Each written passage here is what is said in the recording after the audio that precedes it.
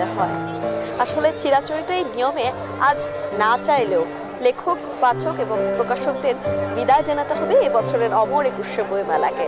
ঠিক সে মোতাবেকই আজ অমর একুশে বইমেলার একদম শেষ দিন মিলন মেলায় পরিণত হয়েছে। পুরো মাসের মতোই লেখকরা আছেন পাঠক, আছেন দর্শনার্থী, আছেন প্রকাশকরাও।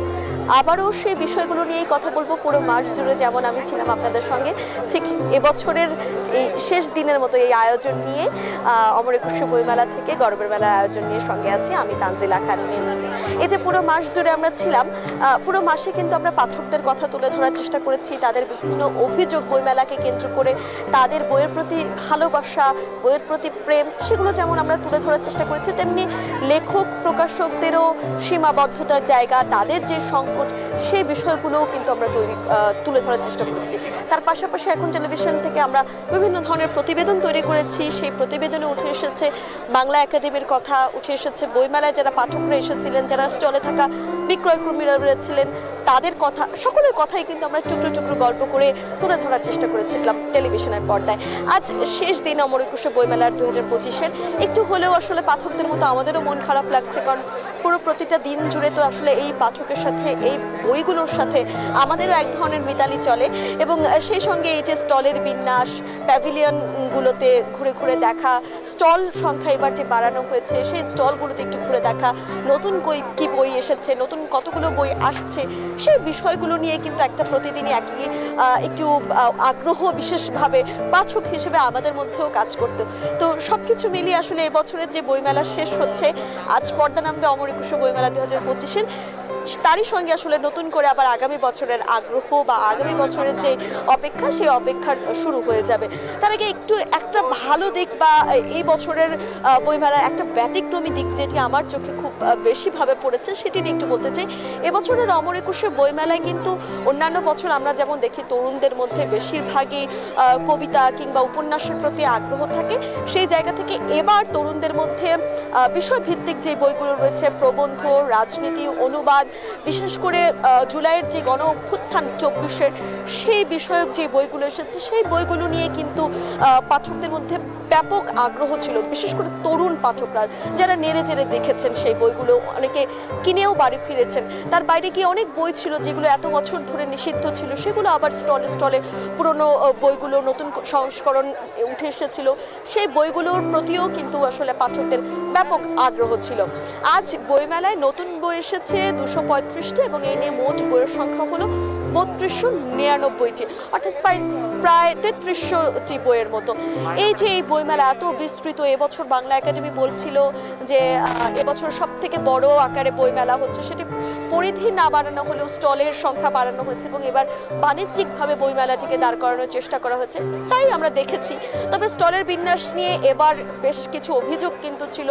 তার বাইরে ধুলোবালি নিয়ে শিশু কিশোররা বা অভিভাবকদের বেশ একটু অভিযোগ ছিল, এবং এবছর আসলে শিশু প্রহর বন্ধ রাখা হয়েছিল। শিশু প্রহর বন্ধ বলতে সিসিমপুরে যে আয়োজন, সেটি বন্ধ রাখা হয়েছিল। শিশু প্রহর বলতে যে সকাল 11টা থেকে যে খুলে দেওয়া, সেটি কিন্তু মেলা ছুটির দিনে খুলেই রাখা হয়েছিল। তবে ঢাকা বিশ্ববিদ্যালয়ের 2 দিন শনিবার ভর্তি পরীক্ষা থাকায় তখন হচ্ছে দুপুর 2টা থেকে আসলে বইমেলা খুলে দেওয়া হয়েছিল। আমরা এই বইমেলা নিয়ে আরও কথা বলবো, এবং প্রতিদিনকার মতো আজকেও আমাদের সঙ্গে একজন অতিথি থাকবে।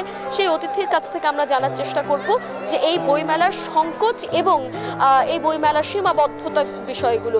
তবে তার আগে আমরা গর্বের মেলায় একটা ছোট্ট বিরতি নেব।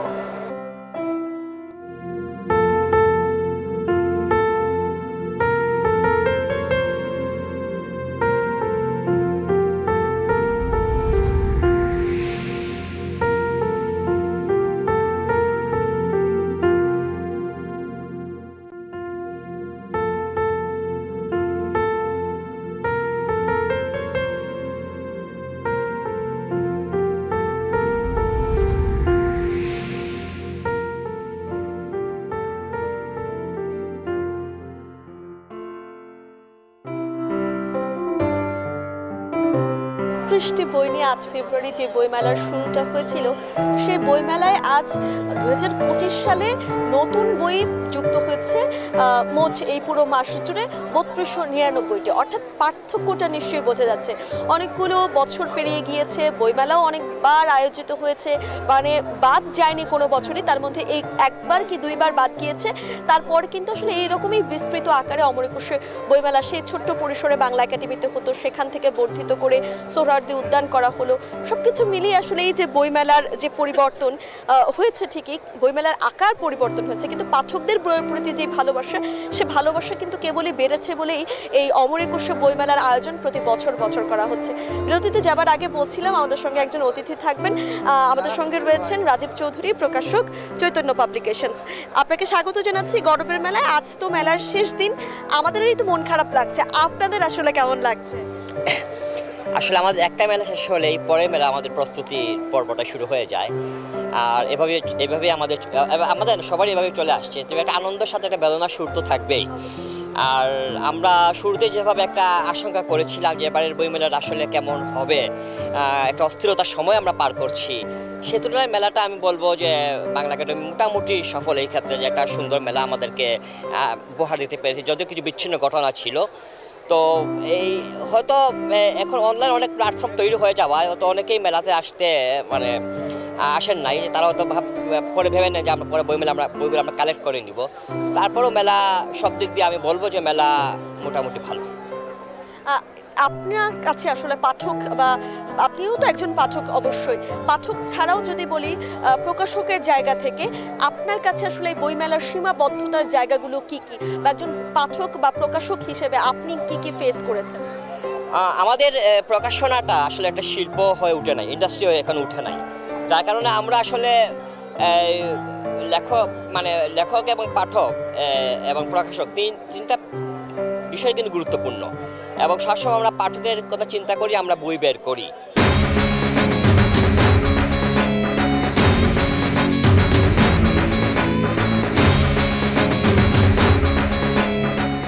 এবং আমরা কিন্তু ঢাকার বাইরের প্রকাশনী, আমরা সিলেট থেকে কিন্তু এখানে এসে আমরা অংশ নিচ্ছি।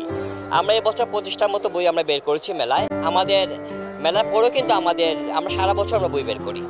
তো আমাদের নির্দিষ্ট একটা মানে টার্গেট পাঠক থাকে, এবং আমাদের বইগুলো রিভিউ হয়, এবং আমরা সেই তুলনায় আমাদের একটা দায় আছে পাঠকের প্রতি এবং লেখকের প্রতি, আমাদের একটা দায় আছে। তো সে বাবদ ওইটুকুই যে আমরা প্রচার প্রচারণার ক্ষেত্রে যদি আমরা এবং আরেকটু ছড়িয়ে দিতে পারি, এবং আমরা জানি যে মফস্বলে পাঠক আছেন, গ্রামেও পাঠক আছে, সেই সমস্ত জায়গাতে যদি আমরা যেতে পারি, তাহলে আমি মনে করবো যে একজন প্রকাশক হিসাবে আমি বলবো এই একটা সফলতার জায়গা আসবে। সেই জায়গাগুলোতে আমরা আসলে যেতে পারছি না কেন? বেশ কয়েক বছর ধরে কিন্তু পাঠকরা অভিযোগ করে যে বইমেলাতে বইয়ের দাম অনেক বেশি, এর থেকে তো নীলক্ষেত মোড়ে যে আমি বই কিনলেই পারি। বইমেলায় এসে একটু ঘুরে টুরে নীলক্ষেত মোড় থেকে বই কিনছে, কেউ কেউ আসলে আবার অনলাইন থেকে বই কিনছে না, এই কারণে যে অনলাইনেও দাম বেশি।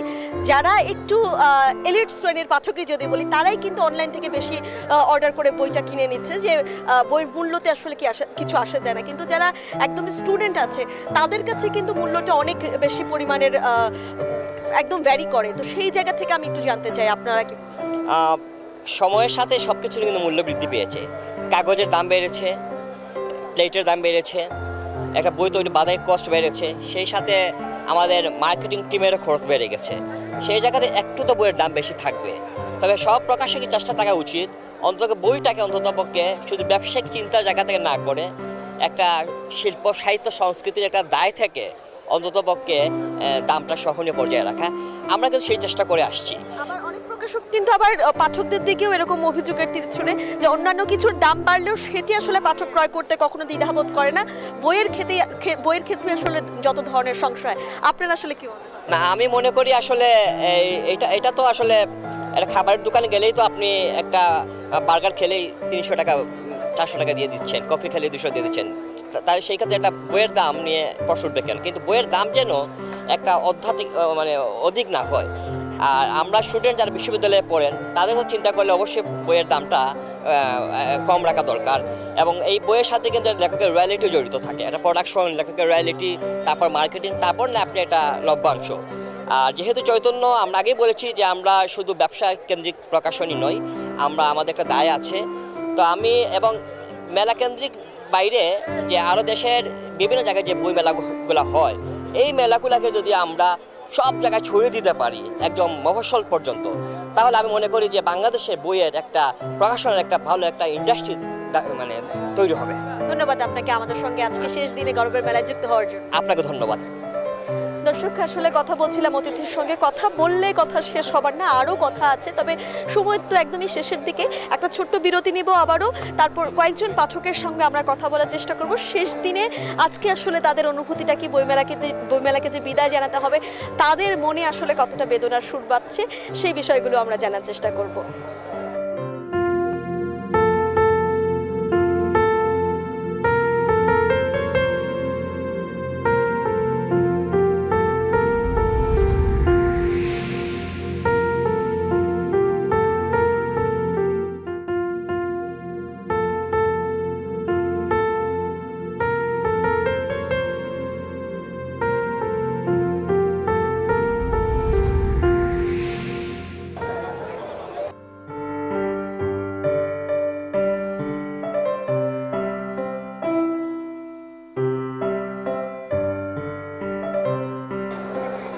বইমেলায় যাবো করতে করতে শেষ পর্যন্ত যারা যেতে পারেননি, আজ যে বইমেলা শেষ হয়ে যাচ্ছে নিশ্চয়ই তাদেরও ভারী মন খারাপ। তবে সময় করে যারা এসেছেন আজকের দিনে একটু সেই পাঠকদের সঙ্গে কথা বলতে চাই। একজন কিশোরকে দেখতে পাচ্ছি, একটু ভাই আপনার সাথে কথা বলতে চাই। আসলে আজকে তো বইমেলার শেষ দিন, কেমন লাগছে? মানে মন খারাপ লাগছে? না না, মন খারাপ কেন লাগবে? এর আগেও আসছি এবং আজকেও আসছি। এর আগে থেকে আসছি হলো পাঠক হিসাবে, কিন্তু আজকে। ধন্যবাদ। আচ্ছা, আরেকটু কথা বলতে চাই পাঠকদের সঙ্গে। বইমেলার একদমই শেষের দিকে বিদায় সুর মনের মধ্যে কতটা বাজছে, আগামী বছরের জন্য অপেক্ষা কতটা, একটু বলবেন। আগামী বছর হয়তোবা আশা করি বইমেলা অনেক ভালো লাগছে। এখানে স্বৈরাচারীদের বই আছে যারা 17 বছরকে দেশকে লুণ্ঠন করে খাইছে, এবং অন্যান্য রাজনৈতিক দলের বই দেখছি। কিন্তু সবচেয়ে বড় কথা, আমি একটা দেশ মনে করি, বাংলাদেশে 12 থেকে 13 লক্ষ রোহিঙ্গা আসছে। তাদেরকে প্রত্যেকটা সরকার ধন্যবাদ আপনাকে। আপনার কাছে আসলে কোনো রাজনৈতিক প্রেক্ষাপট জানতে চাইনি, বইমেলা সম্পর্কে জানতে চাচ্ছিলাম। একটু ভাই আপনার সঙ্গে কথা বলতে চাই, আসলে পাঠক হিসেবে একটু জানতে চাই যে এই যে বইমেলার শেষ দিক, বিদায় সুর আসলে মনের মধ্যে কতটা? না, আসলে বইমেলায় কিন্তু আমাদের বাঙালি প্রাণের মেলা, যেহেতু 52 ভাষা আন্দোলনকে ঘিরেই আমাদের বইমেলা আসছে, তো এই বইমেলার জন্য আমরা সারা বছরই অপেক্ষা করে থাকি। এবছর আমরা সেই বইমেলাতে আসছি। আর মজার বিষয় হচ্ছে এই বছর বইমেলায় আমার বাবা একজন শিক্ষক, তার একটি বই এসছে, এই যে প্রদীপ্ত স্মৃতিকথা, এই বইটি এই বছর বইমেলায় এসছে। এটা আমার জন্য আরও একটা বিশেষত্ব লাভ করেছে আমার কাছে আজকে এই 2025-এর বইমেলা। ধন্যবাদ আপনাকে। আসলে যারা পাঠকদের কাছে বলছিলাম, নিঃসন্দেহে এটি আসলে সন্তান হিসেবেও গর্বের যে একজন বাবার বই এসেছে। কেউ কেউ পাঠক হিসেবে বইমেলাতে এতদিন আসতেন, এখন নিজেই বই লিখেছেন, সেই বিষয়গুলো অবশ্যই ভালো লাগার।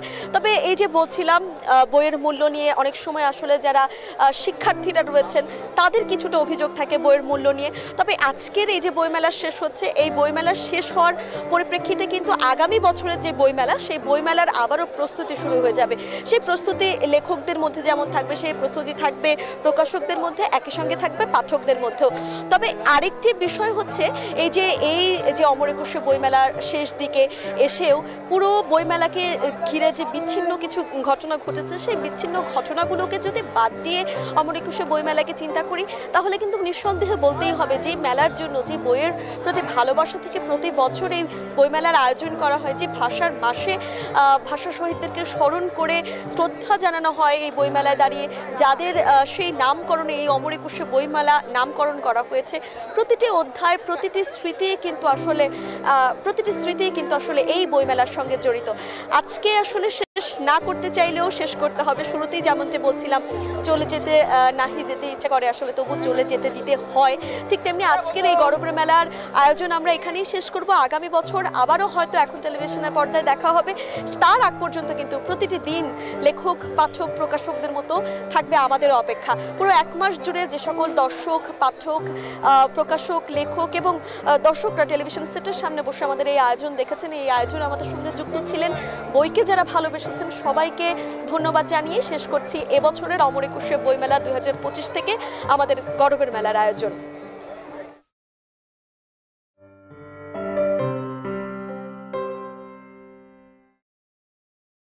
ধন্যবাদ।